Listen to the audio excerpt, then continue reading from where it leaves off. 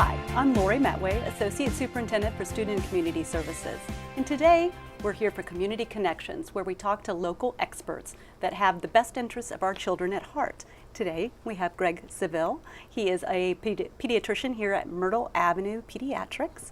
And thank you, Greg, for coming again. You've always been a wonderful expert in talking to us about healthy habits for students. Well, I'm always honored to be here. Thanks for asking me.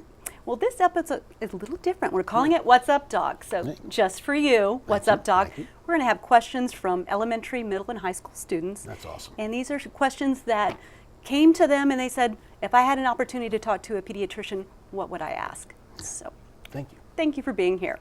So first we want to start out with this crazy school year. Yeah. We had to stop and start twice. Not only beginning the school year on August 10th, but then Irma. Irma comes in and changes everything for families. So let's talk about that and as well what happened in Las Vegas and how it may affect our students. Well, I appreciate the opportunity to be here, and I think we should talk about those things. You know, there's so many kids who laugh and say, I don't want to go back to school, and they're happy that a storm comes in and that they get to take time off of school. But you and I know the truth is, it takes kids so many days and sometimes weeks to get into the school year, especially those who are not as scholastically inclined as some others, that when we had this hurricane come in, and we're very fortunate that we had much less damage here than we could have had, and we know from our friends in Puerto Rico and St. Croix, etc.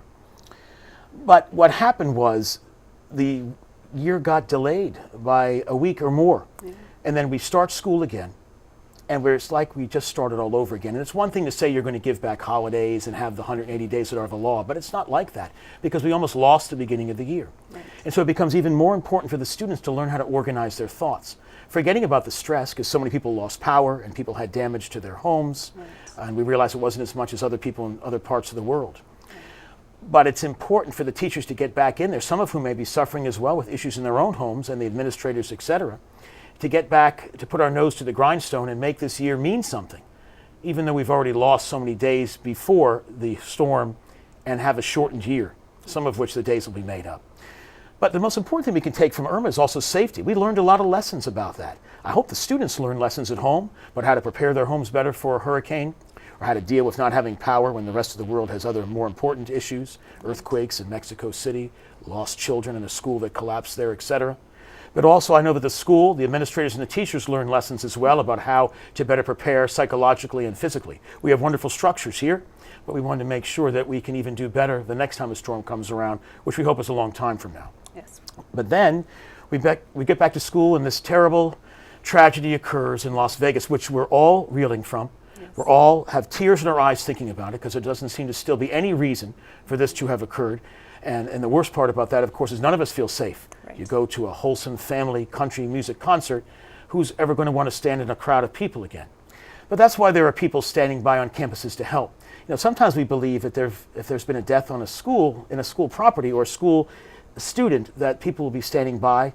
But the students sometimes don't realize there are people in each and every school to help them if they have questions about what happened in Las Vegas, which may not have directly impacted them at all. But I think it's a wonderful time to remember that we're facing a lot of crises these days with our kids of depression, suicidal ideation in the older kids and sometimes the middle school kids. And we learned earlier this year in an elementary school children right in our county that this is a time to take a moment in the schools to say, I know we're already delayed because of Irma, but let's sit down and talk about what happened in Las Vegas. We know you have questions, we have questions, but let's talk it out. Because holding those feelings inside, especially for those students who might also be thinking sad thoughts and then telling us, you know, why is life worth living anymore when something like that can happen? That's the time for the school to step forward and make a difference in the kids' lives about those issues. And I hope the students also learn that they can ask questions. And if the parents have questions, I hope they will. And they'll ask questions to their kids at home. It's been a very unusual beginning of a school year, and I really hope it's smooth sailing from here. Thank you. And I'm so glad you brought up the point that we have staff to help students on our campuses. So if parents are seeing signs in their children of depression or insecurity, that they come forward and ask us for help. So thank you. That's one of the key pieces. Well, the next piece that we're going to talk about is how do we get back into that routine? Sure. How do we prepare parents? How do we prepare students to say routines are important? Sure. And if you can maintain that routine, quickly you'll get back into academic success? Well, that's the most important issue of all. And the teachers know it, and I think the parents know it, and the students appreciate it, but some don't employ what they know. But because of the shortened year, because we lost the time before Hurricane Irma, even though some days will be made up, because that is the law, and it's a great law. Yes.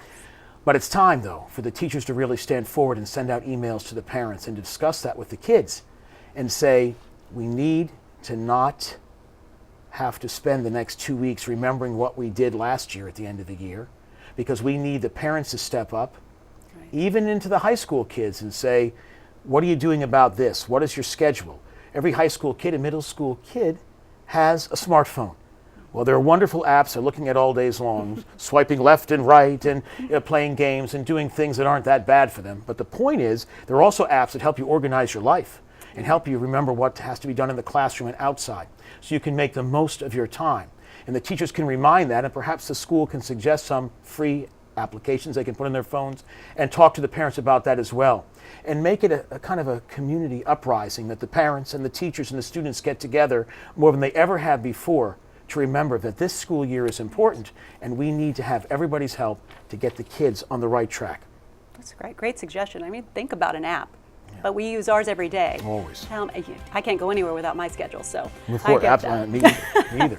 Well, thank you, Dr. Savel. We're going to take a short break, but when we come back, we're going to talk to students.